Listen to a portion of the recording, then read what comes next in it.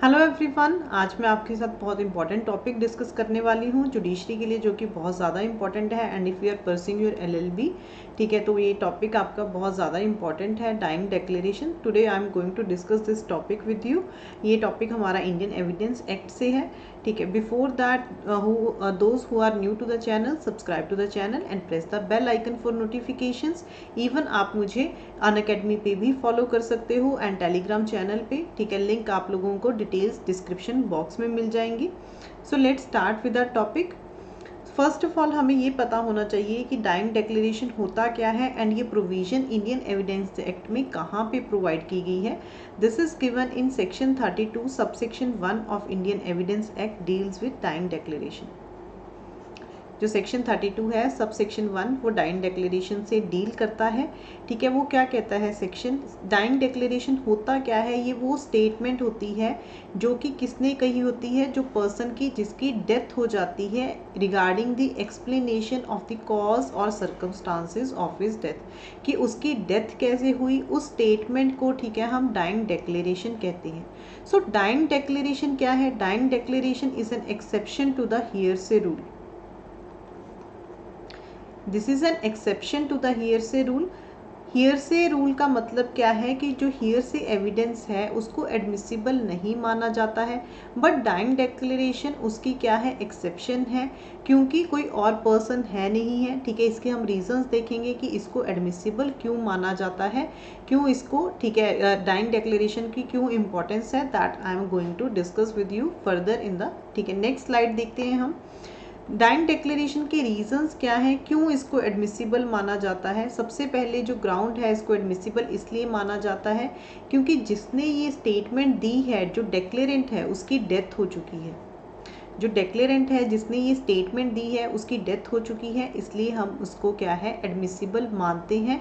Next is on the basis of necessity rule. जैसे कि dowry death cases होते हैं, ठीक है, उनमें कोई और एविडेंस नहीं होता है, तो डाइंग डिक्लेरेशन की वहाँ पे बहुत ज़्यादा इंपॉर्टेंस हो जाती है कुछ केसेस में। जैसे लड़की को जला के मार दिया गया है, तो वो मरते मरते अपना, ठीक है, एविडेंस बताएगी कि मेरी डेथ कैसे हुई है, तो वहाँ पे क्या है, नेसेसिटी के बेस पे भी इसकी एडमिसिबिलिटी मानी जाती है। एंड द लास्ट ग्राउंड की क्यों इसको एडमिसिबल माना जाता है, the sense of a impending death which creates a sanction equal to the obligation of an oath, ठीक है। ये कहा जाता है कि कोई भी मरते हुए बंदा अगर कुछ बोलता है तो उसकी उतनी ही वैल्यू होती है जैसे कि उसने किसी ओथ पे बोला है, क्योंकि ये हमेशा कहा जाता है कि कोई भी पर्सन मरते हुए कभी भी झूठ नहीं बोलता है। No one presumes to lie when about to die. इस बेसिस पे जो डाइंग डिक्लेरेशन है उसको एडमिसिबल माना जाता है। नाउ डाइंग डिक्लेरेशन जो है, जो ये स्टेटमेंट है, ये तीन तरह से हो सकती है।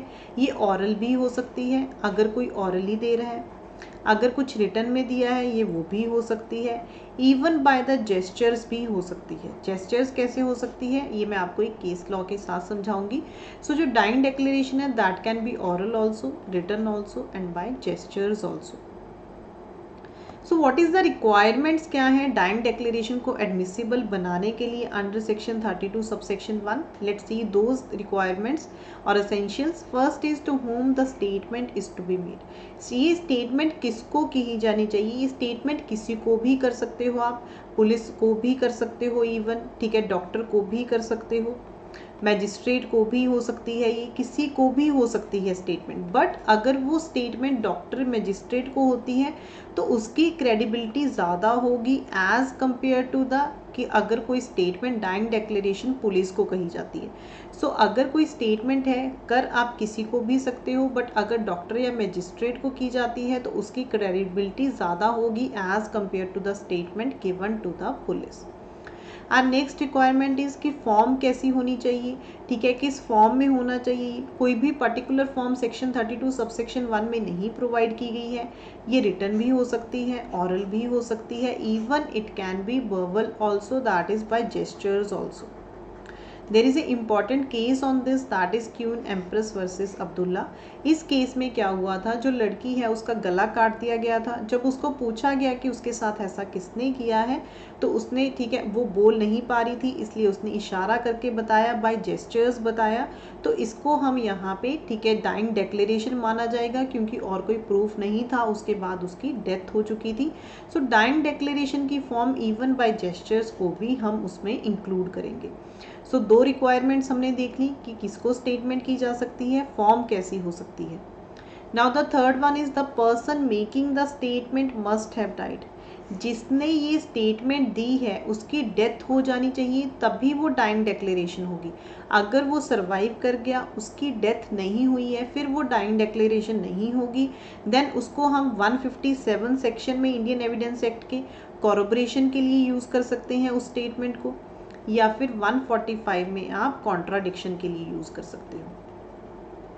सो ये ज़रूरी है, अगर 32 सबसेक्शन 1 में अगर, ठीक है, वो स्टेटमेंट फॉल करेगी तो पर्सन की डेथ होनी चाहिए, तभी हम उसको डाइंग डिक्लेरेशन करेंगे। अगर नहीं होती है तो आप उस स्टेटमेंट को या तो 157 सेक्शन में under Indian Evidence act corporation के लिए यूज़ कर सकते हो, या फिर 145 में हम उसको कॉन्ट्राडिक्शन के लिए यूज़ कर सकते हैं। यहाँ पे नोट करने वाली बात ये है कि जो डिसीज्ड है that must be prove to have died as a result of the injuries received in the accident. जो डिसीज्ड पर्सन है, ठीक है, उसकी डेथ उन इंजरी से होनी चाहिए जिसके रिगार्डिंग उसने स्टेटमेंट दी है। सपोज ए को इंजरी हुई, ठीक है, उसने स्टेटमेंट दी, वो हॉस्पिटलाइज हो गया, उसके बाद थोड़े दिनों बाद वो डिस्चार्ज हो गया और ठीक हो गया। उसके कुछ दिनों बाद वो अगेन हॉस्पिटलाइज हुआ ड्यू टू हाई फीवर, और उसकी क्या है, उसकी डेथ होगी, ठीक है। तो यहाँ पे उसकी डेथ किस चीज़ से हुई, हाई फीवर से हुई। उसने स्टेटमेंट किसके रिगार्डिंग दी थी, जो इंजरीज थी। तो यहाँ पे क्या है, ये डाइंग डिक्लेरेशन हम एडमिसिबल नहीं मानेंगे, क्योंकि जो डिसीज की डेथ हुई है वो इंजरीज की वजह से नहीं हुई है, वो किसकी वजह से हुई है, हाई फीवर की वजह से हुई है। So the deceased must be prove to have died as a result of the injuries received in the accident, तभी वो सेक्शन 32 सब सेक्शन 1 में फॉल करेगा, अदरवाइज वो इसमें फॉल नहीं करेगा। Our fourth point is statement must relate to the cause of his death or the circumstances of the transaction which resulted in his death. जो statement है वो person की अपनी डेथ से रिलेटेड होनी चाहिए, हिज ओन डेथ से होनी चाहिए, किसी और के रिगार्डिंग नहीं होनी चाहिए, या फिर वो सर्कमस्टांसेस बताने चाहिए वो ट्रांजेक्शन के जिससे कि उसकी डेथ हुई है। For example there is a case Sharda Vidyachand Sharda versus state of Maharashtra, all India report 1984। इस केस में क्या हुआ था, जो लड़की है वो अपने पेरेंट्स को फ्रॉम द लास्ट 4 मंथ्स वो लेटर्स लिख रही थी कि उसको इल ट्रीट किया जा रहा है बाय द इन लॉज, ठीक है। उसके कुछ टाइम बाद उसकी डेथ हो जाती है, तो फिर जो वो लेटर्स थे उसको हम डाइंग डिक्लेरेशन में मानेंगे, और कोई एविडेंस है नहीं। वो लेटर्स में वो क्या लिख रही थी कि उसको इल ट्रीट किया जा रहा है by the in laws and the husband, so that is a dying declaration, क्योंकि वो सर्कमस्टांसिस बता रही हैं ट्रांजेक्शन के जिससे कि उसकी डेथ हुई है। So that's why this is included in the dying declaration. Our fifth point is the statement must be complete and consistent. जो स्टेटमेंट है वो कंप्लीट होनी चाहिए, ठीक है, जो अगर कोई दे रहा है स्टेटमेंट वो कंप्लीट होनी चाहिए एंड कंसिस्टेंट होनी चाहिए। अगर वो कंप्लीट नहीं है, वो सर्कमस्टांसेस नहीं बता रही है, तो उसकी एडमिसिबिलिटी यहाँ पे नहीं होगी। Then the another point is declarant must be competent as a witness. जो डेक्लेरेंट है वो कॉम्पिटेंट होना चाहिए एज ए विटनेस, ठीक है, वो इंटॉक्सिकेशन में नहीं होना चाहिए, ठीक है, उसकी कॉम्पिटेंसी होनी चाहिए, फिजिकली मेंटली उसको पता होना चाहिए कि वो क्या स्टेटमेंट दे रहा है, तभी वो एडमिसिबल होगा, otherwise that won't be admissible. Now what is the language of the dying declaration. Language वही होनी चाहिए डाइंग डिक्लेरेशन की जिसमें डेक्लेरेंट ने वो आपको बोला है, ठीक है। अगर क्वेश्चन सपोज मैजिस्ट्रेट ने आपको, ठीक है, सिंधी लैंग्वेज में पूछे हैं एंड डेक्लेरेंट ने भी सिंधी लैंग्वेज में ही आंसर किया है, एंड जो स्क्राइब है उसने वो लिखी स्टेटमेंट हिंदी लैंग्वेज में है, तो उसकी एडमिसिबिलिटी इतनी नहीं होगी, क्योंकि जैसे हम लैंग्वेज से दूसरी लैंग्वेज में शिफ्ट करते हैं तो थोड़ा बहुत डिफरेंस स्टेटमेंट में आ ही जाता है। सो लैंग्वेज वही होनी चाहिए डाइंग डिक्लेरेशन की जिसमें कि डेक्लेरेंट ने वो चीज़ लिखी है। So these are the requirements for the dying declaration to be admissible. अब क्वेश्चन रेज होता है, क्या FIR डाइंग डिक्लेरेशन हो सकती है, येस, ठीक है, FIR डाइंग डिक्लेरेशन हो सकती है अगर किसी इंजर्ड पर्सन ने लॉन्च की FIR एंड उसके बाद उसकी डेथ हो जाती है, then it is relevant as dying declaration. This was held in the case of K. Ramchandra Reddy versus public prosecutor. So dying declaration को भी हम FIR को भी हम डाइंग डिक्लेरेशन में इंक्लूड कर सकते हैं अगर किसी पर्सन ने FIR लॉन्च की है एंड उसके बाद उसकी डेथ हो गई. अब एविडेंशियरी वैल्यू क्या होगी डाइंग डिक्लेरेशन की? कोई भी ऐसा रूल नहीं है कि जो डाइंग डिक्लेरेशन है उसको एक्सेप्ट नहीं किया जाएगा अनलेस कॉरोबरेटेड. ज़रूरी नहीं है कि डाइंग डिक्लेरेशन तभी एडमिसिबल होगी अगर उसकी कॉरोबरेशन होगी. It depends upon the case to case and facts and circumstances कि डाइंग डिक्लेरेशन को एडमिसिबल माना जा सकता है even if it is not corroborated. This was held in the case of Kusa versus state of Odisha. So evidentiary value is that there is no rule of law that a dying declaration should not be acted upon unless corroborated. So let's read now. ठीक है, हमने सारे points देख लिए. Section 32 subsection 1 क्या कहता है जिसमें आपको डाइंग डिक्लेरेशन दी हुई है. When the statement क्या हो सकती है, ऑरल भी, डॉक्यूमेंट्री भी एंड बाय जेस्चर्स भी, is made by person as to the cause of his death. His death मतलब उसकी खुद की डेथ से होनी चाहिए वो स्टेटमेंट, और as to any circumstances of the transaction which resulted in his death. कोई भी ऐसे सर्कमस्टांसेस जिसने कि उसकी डेथ करवाई है. In cases in which the cause of that person's death comes into question. कौन से केसेस में जहाँ पे उसकी डेथ का जो क्वेश्चन है रेज होता है. सो ऐसी स्टेटमेंट्स रेलेवेंट होंगी whether the person who made them or was not at the time when they are made under the expectation of death. सो यहाँ पे क्या इंपॉर्टेंट नहीं है कि उस टाइम वो पर्सन जो है एक्सपेक्टेशन ऑफ डेथ में होना चाहिए, बिल्कुल मरते मरते स्टेटमेंट देनी चाहिए. अगर किसी को इंजरी हुई है उसने तब भी स्टेटमेंट दी है तब भी उसकी यहाँ पे रेलेवेंसी होगी अगर उसके बाद डेथ हो जाती है.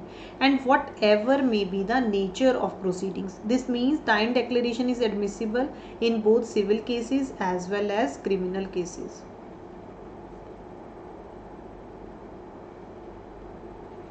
ठीक है, डाइंग डिक्लेरेशन दोनों ही केसेस में एडमिसिबल है, चाहे वो आपके सिविल केसेस हैं या फिर क्रिमिनल केसेस हैं.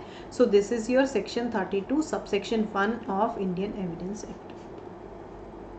Now the another important point is वह डिफरेंस क्या है इंग्लिश लॉ में डाइंग डिक्लेरेशन में और इंडियन लॉ में.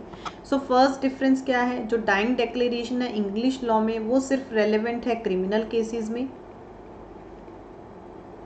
बट इंडियन लॉ में हमने देखा डाइंग डिक्लेरेशन दोनों में ही एडमिसिबल होती है, चाहे वो सिविल केसेस हैं या फिर क्रिमिनल केसेस हैं.